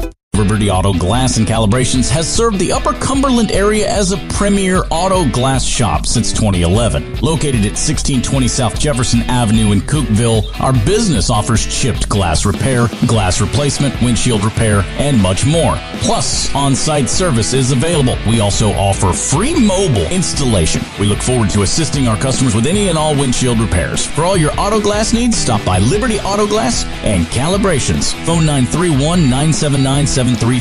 At Love Cantrell Funeral Home, we understand that this life is a journey filled with highs and lows. Just as every game has its final whistle, so too does every life have its final moment. When that time comes, Love Cantrell Funeral Home would love the opportunity to earn your trust. We provide compassionate care and professional services to fit your family's financial needs. Love Cantrell Funeral Home has been a proud sponsor of all DeKalb County athletics for over 65 years. Love Cantrell Funeral Home, where love is not only in our name, but also in our services. Care makes for better banking. It's what turns transactions into trust and customers into neighbors. At Wellworth Bank, we see the people behind the numbers, the families building futures, the dreamers starting new journeys. We believe care should come standard because you're worth it. You always have been. Wellworth Bank. Care in common. Brain Your Brake offers made in the USA, assembled in the USA, and world-sourced brake lines so that they can meet all levels of market demand. That helps them maintain a good, better, and best approach to giving customers the options they need to succeed with ease. Ranger Brake has a second-to-none qualifying process which ensures each and every product is certified before it's actually sold in the USA. By providing qualified products that are tested in the USA, Ranger Brake is doing their part to keep it safe out on the roads. Ranger Brake, proud supporters of all DeKalb County athletics. Smithville Church of Christ invites you to come worship with us. Smithville Church of Christ believes that God is a relational being who exists as Father, Son, and Spirit. That human beings have a created likeness to God which makes each of us eternally valuable. That salvation is the free gift of God, received through faith and expressed through confession, repentance, and baptism. That personal transformation, a process initiated by God's grace, gathers momentum as our will is increasingly brought into alignment with God's will. Come visit Smithville Church of Christ any Sunday or Wednesday night, as we study together and worship our Lord. For 20 years, Southern Landscape Supply has been your hometown lawn care source in DeKalb County and the Upper Cumberland. From mowers and tractors to seed, fertilizer, parts, and service, we've got all your lawn care needs covered. Plus, we have the top name brands available, from Bad Boy to Hustler, Shindaiwa, Red Max, and more. When it comes to your lawn, don't play around with the rest when you can have the best. Southern Landscape Supply, your neighbor in lawn care. 611 Rich Froning Way in Cookeville.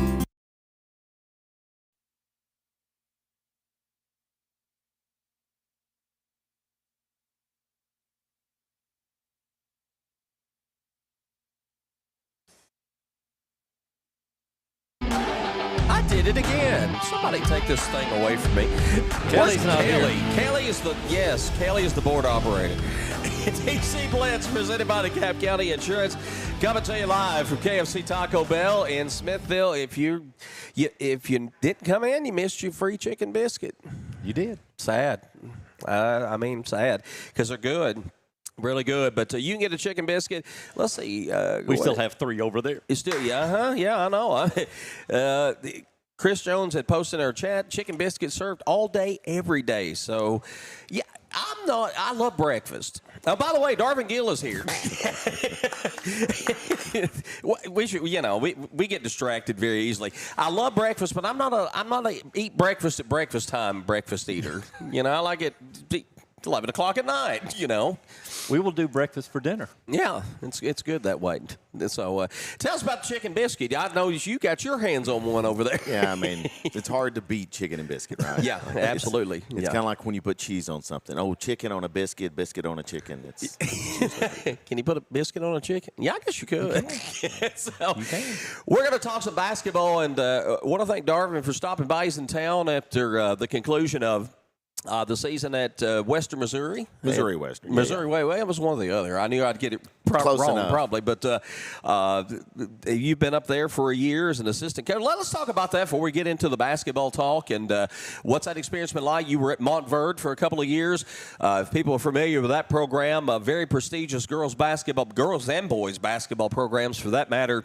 Some guy named Cooper Flagg, I think, played down there during your time there. But what's the collegiate experience there been like for you at Missouri Western? It's been great so far. Really a tradition-rich program, a program that plays in probably, arguably, but probably the best Division II conference in the country. Yeah. And so, playing against great players, great coaches, working with great administration and great staff. It's a great spot. And getting back to the collegiate game, one could argue Montverde Academy is essentially collegiate, although it was not. But getting back to the college game, which I'd been out of for a couple of years, but I enjoy the collegiate game. It has changed a lot. I was last, at Christian Brothers in Memphis, I guess 4 years ago, and how much it has changed just in 4 years, let alone, you go back 10 years. As we know, the transfer portal and all the things that collegiate athletics are dealing with these days. But hey, it's something I have loved and love basketball first and foremost. Sure. So, but Missouri Western's a great spot, just north of Kansas City. It's a great area, and I couldn't be really more excited. And it's about the people you're doing it with some great people, and was asked to come on board there, a new staff, and the head coach is an old friend of mine that is just great at what he does, and it's easy to work in a program like that. You've been coaching basketball. I was actually thinking of this earlier today, and I was going back, and I'm like, wow, it's been well over 20 years at this point. And, you've been assistant coach at some really successful high school and collegiate programs. You spent time as a head coach at Ray County and had a couple of great years over there, coach of the year a couple of times. You may have won a district. I know it's been long ago. My memory fades as time goes along. But that pesky Stone Memorial got me. I got you. But had some, and that's a program that wasn't really known for basketball, but had a couple of outstanding years there. As your development as a coach, the stages and the things you've learned. I know you can't, go through everything, but some things that you've really learned over the years that you look back now and say, well, if I'd have known that 10 years ago, 15 years ago, are there things like that you've managed to learn over all these years? Yeah, I think most coaches, and I know Coach would agree.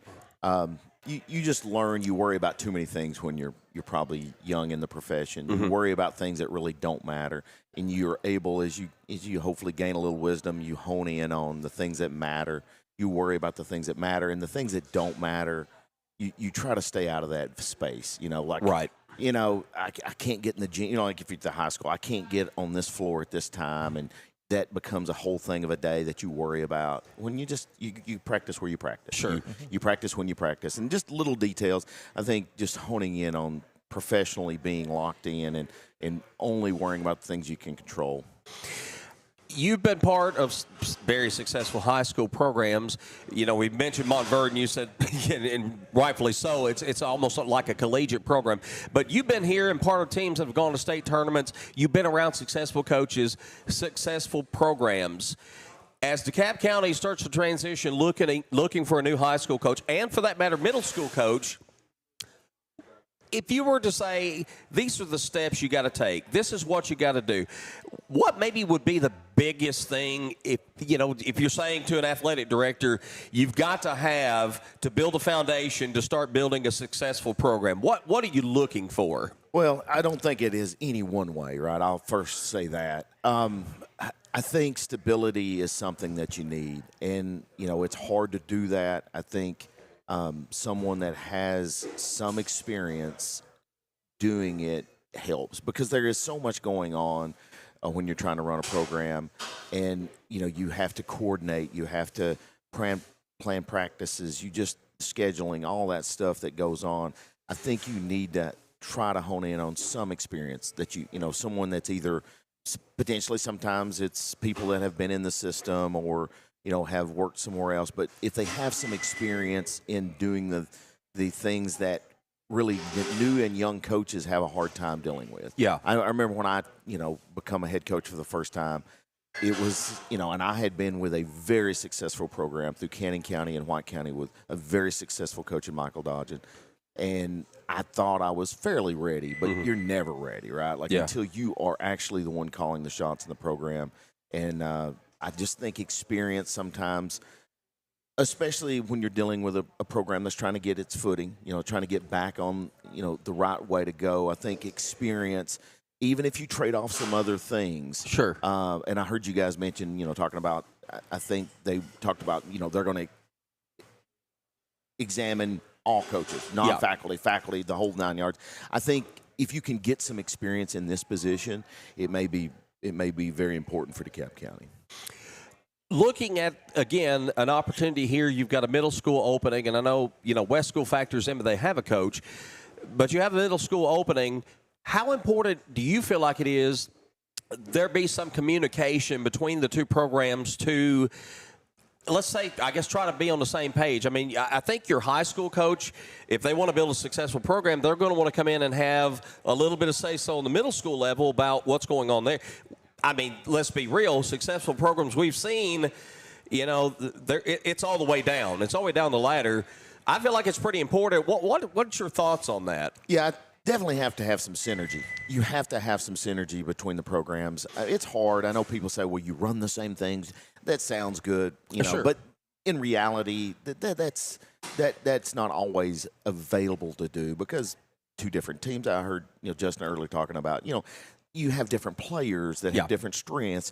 Now, what you want to be consistent on is language, terminology, the standards that you want your program to be built around, right? Like, we're going to pick up the ball with two hands. We're going to run everywhere we go. Yeah. Those very small standard details that sometimes those are good across the board. You don't worry about, I'm running this offense or this defense.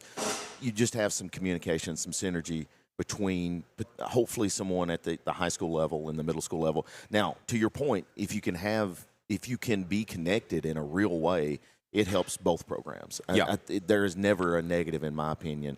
And sometimes programs at the middle school and high school levels are too disconnected. Like they just are at odds for what reason I don't always understand. But, that's when you have your best programs, I do believe. Having been around a high school game, this is always something, and I've talked about this. How much of it's talent, how much of it's coaching? You don't recruit it. Well, we say that. This one-time transfer rule, who knows what's going to happen. But in all reality, you don't go out and recruit your players. Like you say, you can't always run the same system here as there because your players are going to be different. But how much of it truly is talent? How much of it is coaching? How much of a difference does a really good, seasoned, experienced coach make, even if, from the talent aspect, you might not be as good as you were 5 years ago, or just don't have that same level of talent, say? Well, I've been very, very blessed. I've been around some great programs, fortunate to win a state championship, a conference championship, in a national championship, right? So you can't win without talent. Yeah. It's impossible. Right. And some people think it always lies at the coach's feet, and you just can't win. Now, what level are you trying to win at? Are you trying to win conference? Are you trying to win district? Are you trying to win region? Like, there's all levels. Win state. Yeah. You can't win without good players. But an experienced coach and a coach that can put people in the right positions can maximize that. I think we'd all agree. I tell most of my players that my first official coaching job that wasn't AAU or things of that nature was at DeKalb County, and we were 1-24 or 1-23. You can correct me if I'm wrong. I think it was 2-23. No, we were 1. It was 1. Okay, yeah, it was 1. I was thinking 2, but I'll trust your judgment. I know we won 1. I don't know how many we lost, but it was like 1-23, 1-24. It was rough. It was rough. We beat East Nashville, and it was a miracle. Yeah. So I tell people, I worked really, really hard that year.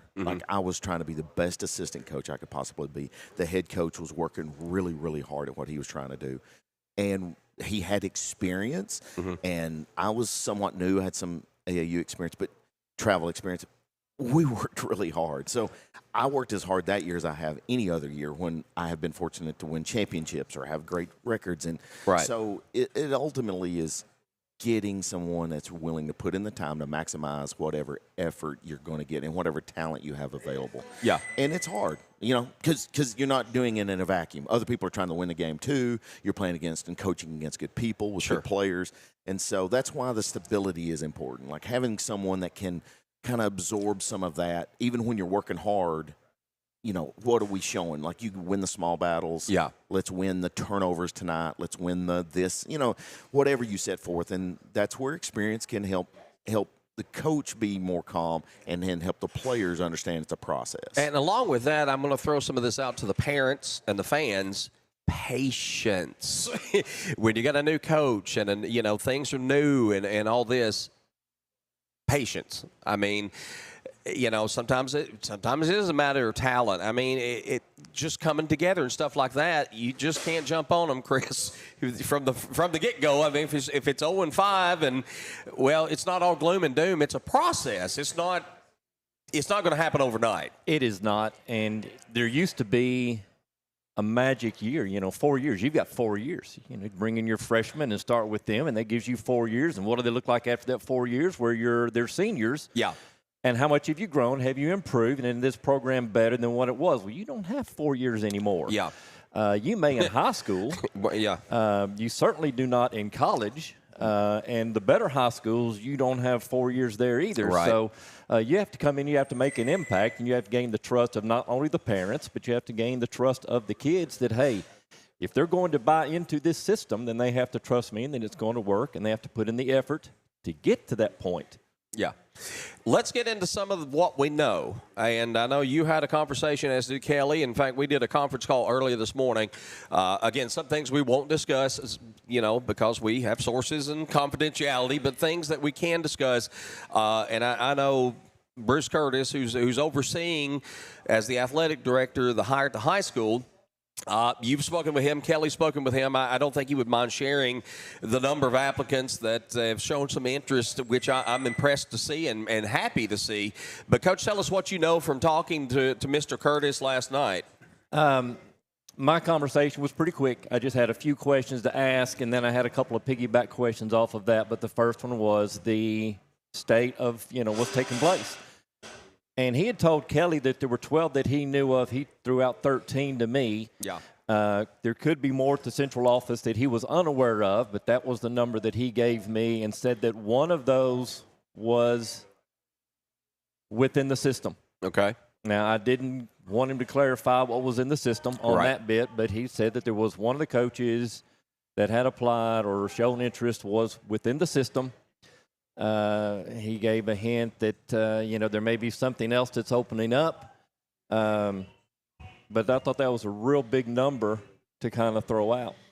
So interest is being shown. Now, when we say this, from what we do know, some of the interest that's being shown is from coaches with some experience. Now, some of it's coaches on junior high level with experience. Darvin, I won't come back to you on that.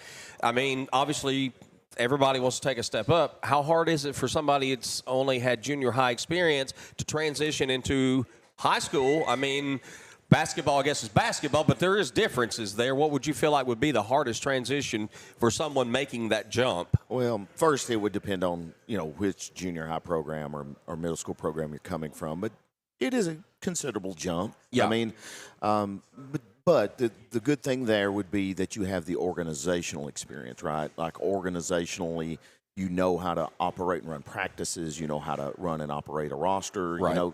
Those things are always valuable. So when you've had that experience as a head coach, even at the middle school level, it's valuable. It is valuable, but it is a big jump. It is a big jump from every jump I've had. I never coached middle school proper, but like every jump I've ever had, it's obviously a considerable jump when you change levels. But again, the organizational piece I think can outweigh what you have to learn on the other side of it. It's just bigger, faster, stronger, those types of things. But running programs, dealing with administration, all those things are good because you have done that already. You mentioned it earlier. It's somebody that's going to work, going to bust their tail, and we don't have to go to middle school. We can look at our high school football team and look how for 20 years Steve Trapp, not from middle school, from junior pro, stepped up to a first-year head coaching job in a high school and learned to adapt with all that.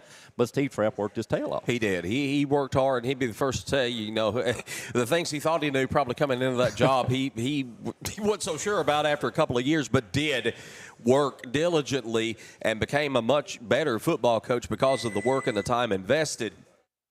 One other thing I think you discussed with Bruce was the fact that he would consider somebody that's non-faculty, that's not, and I'm not saying within the DeKalb County system, but maybe somebody that they are a basketball coach, but they're not a teacher. And that's something that might be considered as well, which, in years past, we've seen folks come in, I think, that had that coaching resume, but, maybe didn't have a license to teach. Right. Do you think that's a pretty big deal? Let's just face it. Interest in being a teacher at any level has really subsided, and you can look at what I'm doing now at Cannon County High School. I've gone back out of retirement, and I'm picking up 70% of my pension because there's a teacher shortage. Yeah. Bruce Curtis made a great point. Tenured, certified, non-certified, he's looking for the best candidate for that job. And I think as a principal, that's what you have to do. You have to consider who is going to be the best person for this job. If they happen to have a certificate to teach, they're qualified, and it's happened to fill one of the needs that DeKalb County High School has. That's great. Yeah. He did say that would supersede Well, that's a win-win. For the same thing. If we've got an assistant basketball or assistant football coach and a head basketball coach wanting a math job, then we're obviously going to give it to the head coach on that end, and that's understandable. But I like this point that they are looking for the best candidate, the best person for the job, whether they're teacher certified or not. Some people will say we need a female coach because they're females. We've seen a lot of men have a lot of success coaching women, from the collegiate level, high school level. Darvin, you've been a male coaching a female-dominated sport, obviously. What's the challenge for a male coaching ladies.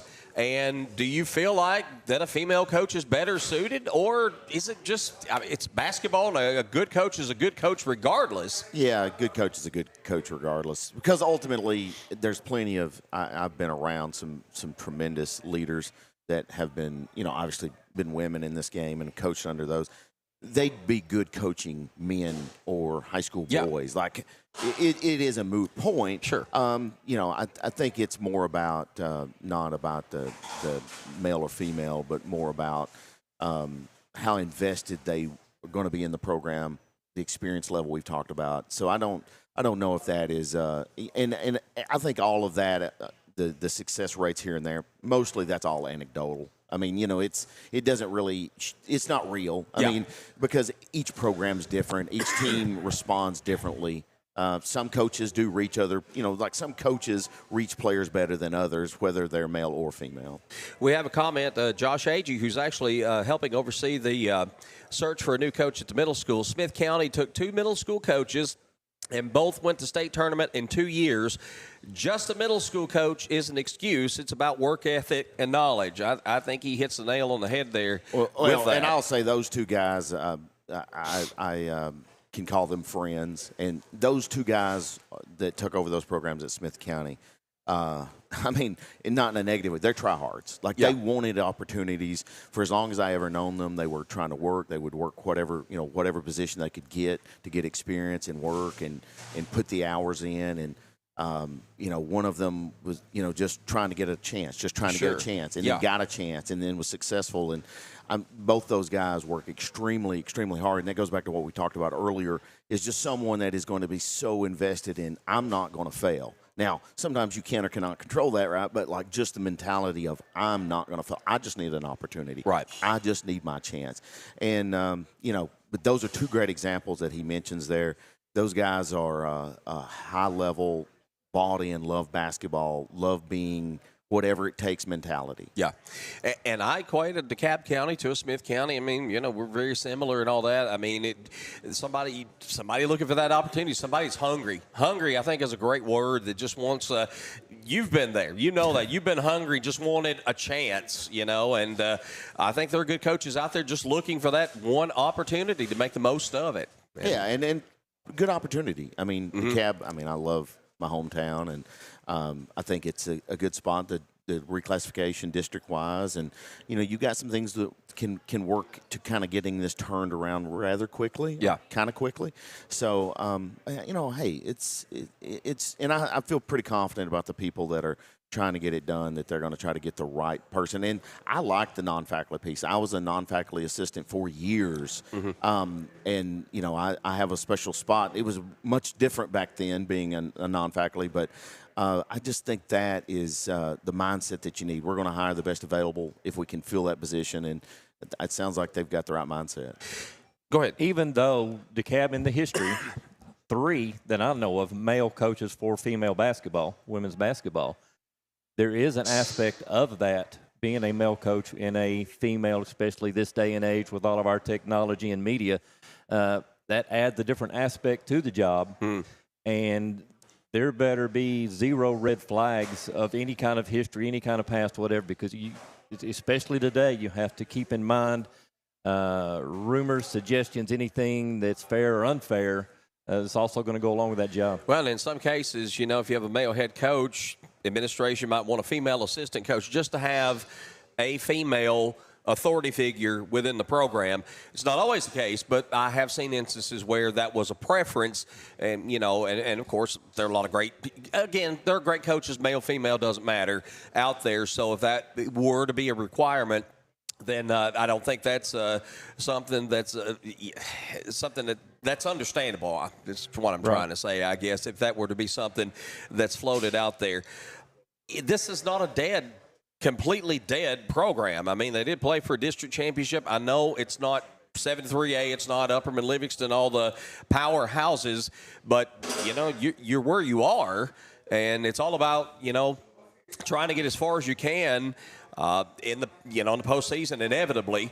And this is the DeKalb County team. Again, they're playing for a district championship this year, so it's not like you're walking in there and it's just a total disaster area by any stretch of the imagination, Chris.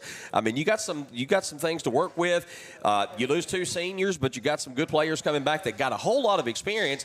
The one thing I think that is a concern, you got to get some more players out, man. You can't, I think having 10, something that Coach Fogg shared with us, the assistant coach, it's so difficult to try to, scrimmage and practice and, have that real-time sort of experience. You've got to have some bodies out there. It is a program in its condition, in its state right now, that an upstart coach can use this as a resume builder, and that may not be what DeKalb County's looking for. Yeah, a stepping stone. We want to hire somebody that's going to be committed and stay here long term.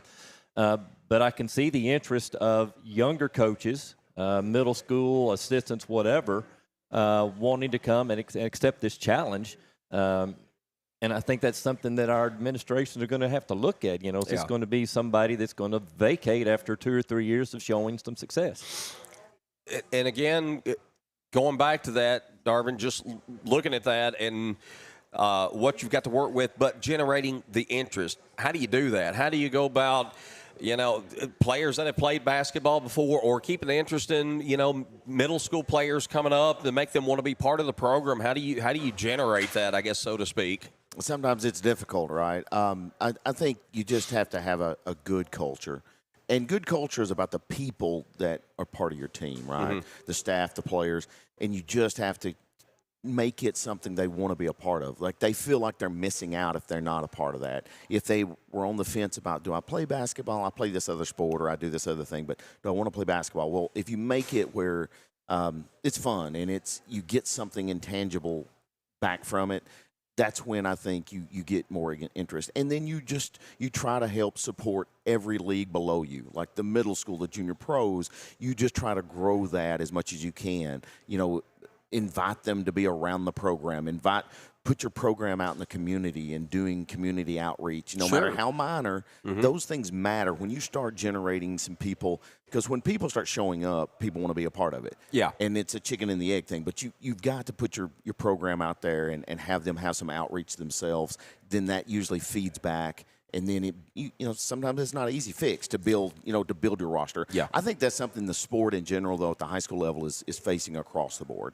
I think the JV teams and the freshman teams, and depends on where you're at and who you're talking to, they're all facing, quote, this numbers crunch. Sure. Got another comment, Lauren Adams Harrington. Let's get some solid coaches in for both high school and middle school. These girls work hard, and all our surrounding counties had teams that went to state in some form or fashion, and very true there. Our county athletes deserve good coaching, great opportunity to get some great people in. Absolutely, Lauren, I totally agree with that. I think this is important. I think, Bruce knows that. Josh and Teresa Jones, the middle school, know that. Josh he's been basketball all his life as well, so he's as plugged in on basketball and understands how everything works as much as anybody here locally. And so I think they're going to take their time. I really do. I think they're going to try to get this thing right. And again, I hope there's some kind of that chemistry there where you work together with the programs and, just grow it and see what happens, because I think, again, there's some good coaches out there that just want a chance. I'm not going to quote, but I think the date that Bruce gave me last night was April 3rd, cut off on taking applications, resumes, whatever, and then to start weeding out this process and start honing in on any replacement. All right, so can I say one thing, if you don't mind me not being quite off topic? It's sports, but I want to take an opportunity. Something this week that happened is Coach Rick Insel at Middle Tennessee State University announced his retirement at the end of their WNIT tournament run. And Coach Insel's very close to me and has done so much for me. And it's such a big part. We're talking about women's basketball. Yeah. I mean, you get past Pat Summit. I don't know who has been more important. I've actually thought of that too. Yeah, I don't know. I don't know who's been more important in Tennessee for girls and women's basketball than Rick Insel and his family. And I've been very fortunate enough to know that man and that family for a long time. And I just want to wish Coach the best in his retirement, and Yes. hopefully they win the WNIT. They almost won it a couple of years ago, so hopefully he's got a couple of more weeks for sure coaching. But with that announcement this week, that was something that I wanted to take the time to kind of talk about that. Well, and a lot of people question that hire. Yeah, I was coming from as successful as he was at Shelbyville, from Middle Tennessee to jump on that train, and he's proving those folks are right. They hit a grand slam. Let's not even go home run. When they hired Rick, they hit a grand slam. He's done wonders for that program. And like you said, once you get past Pat Summitt, I can't think of anybody in the state of Tennessee history, girls and women's basketball, has maybe had as much impact as Rick. I wish him well in retirement. It's he's just been a figure and a very well-respected figure. He's going to be missed. And I know his son's taking over at MTSU. And Matt will do a great job. I was going to say, I think they've hit a home run there. I think Matt will continue a lot of great tradition there at Middle. But we want to thank Coach Insel for all he's done for basketball across the state. And he's going to definitely be missed at Middle. Something to talk about that, like he had wanted another job. He wanted a collegiate job so bad, and had been turned down so many times. Yep. And so finally, with his alma mater, and he just kind of put all the chips on the table. And like you said, they in theory they stuck their neck out and hired him. Yeah. And it a lot of dividends. But so that goes to show you, like this search that for DeKalb County in the girls basketball. Just try to hone in on what you think is important. You got the people in place making those decisions, and I think they're going to try to do a good job. Just, hopefully, just like Josh said earlier, there's some people out there that just want a chance, just want an opportunity. Absolutely. You have one more comment if you want to address that before we get off, maybe two. Let's see. Yes, Christy Longmire, some summer camps that the high school host would be great. Like Darvin said, get the high school teams involved with middle school and junior pro. Look at White County girls and the culture they have there. Everyone is involved. Absolutely. She's right about that. And also mentioned Warren County boys. Warren County boys got a coach wasn't he here? We're familiar with. Coaching girls at one time. Danny Fish had Pretty a lot of successful. Yeah, he's done a great job. Took our girls program to state back in 2019. And, you and I, when we were doing radio years ago, when it was a 100-something game district losing streak, man, nobody even thought about state tournament. So Danny came in and really got that to kind of a high point there in 2019. So, it's possible just with somebody with that enthusiasm and that energy, and it's certainly possible. All right, we got to do the play of the week. I about forgot this, like I usually do. Our Good Health Family Clinic Student Athlete of the Week. We'll rush through this because we're already bumping up against 11 o'clock. Been a great show today, though, and a lot of good discussion and a lot of good guests today. Hannah Brown with the Tigerette softball team in the last 3 games of the Gordonsville tournament. DeKalb won 2 of those. Hannah went 4 for 6, had a homer, a double, 2 singles, 6 RBI, 4 runs scored, and a stolen base. Her 2 for 2 effort with a home run, a double, and 3 RBI, helped propel the Tigerettes to a 7-2 win over Perennial Power and host Gordonsville last Friday. Axel Godinez, Axel was with us today, scored 2 goals to help the Saints earn their first victory of the season last Thursday at White County. Coach Justin Nokes has high praise for Axel, who he says leads by example and is a force to be reckoned with in the midfield. We've got a twofer here. Brad Hale and Cam Ramsey with the DeKalb County High School Tiger tennis team. As a doubles team, Brad and Cameron scored 2 huge match wins against district foes last week. Monday, the senior duo scored the Tigers' lone set win against Murfreesboro Central Magnet. And on Thursday, they came back and got an 8-1 set win over border rival Cannon County, who finished the state runner-up last season. Presley Harrington of the Lady Saints softball team had 2 incredible starts at pitcher last week in back-to-back days, Monday and Tuesday. Monday, she threw a 5-inning no-hitter and came within 1 walk of having a perfect game in a 2-0 shutout of Prescott. Presley also drove in 2 runs in that game. Tuesday, she threw 7 shutout innings at Coffee County, scattered 4 hits, and struck out 16 batters in a 5-0 Lady Saints win, and also went 2 for 3 at the plate with an RBI. And Mackenzie McIntyre of the DCHS track and field team. Mackenzie competing in track and field for the first time after competing in cross country last fall. broke the 7-minute mark in the 1,600-meter run in her very first track meet last Thursday in Cookeville with a time of 6:52.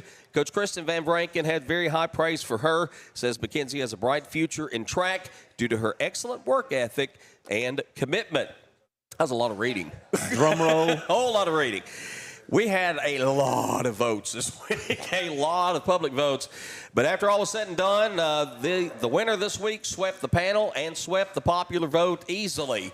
Presley Harrington of the Lady Saints softball team, this week's Good Health Family Clinic Student Athlete of the Week. And by the way, she threw another no-hitter last night. Yeah. So she might be in the running again next week. Who knows? But thank Good Health Family Clinic for sponsoring that award each week. And glad to be able to give a little something back, and we appreciate them being on board with it. Darvin, thank you so much for coming out and having a chicken biscuit and sitting and talking with us. We always we all go back a little ways, so we were kind of reminiscing about broadcasting high school football with DTC in the first season. Darvin and I, coming from radio, had no idea what we were doing, and then we brought Coach in. But who knew less? We've had a lot of fun together. Certainly covering some sports over the years, talking sports, and just being good friends as well. Again, I want to thank all of our guests, Coach Justin Nokes, and members of the DMS soccer team, and for Luke Johnson and Nick Dahl of the Tiger baseball team. Appreciate them coming out today. Our producers, Daniel Leslie and Lee Tramble, doing all the hard work, sitting there laughing and making fun of us, messing up and all that good stuff. We appreciate them. And, of course, a huge shout-out to KFC Taco Bell here in Smithville. Chris Jones, an amazing staff here. Y'all come out and see him here at KFC Taco Bell. Get a chicken biscuit anytime you want it, whether it's breakfast time or not. Come by and see him. All right, for Darvin, for Coach, for Kelly and Casey, who's off doing who knows what. Casey may have been abducted by the Mexican drug cartel by this point. I'm Tom Duggan saying so long this week for DC Blitz, presented by DeKalb County Insurance.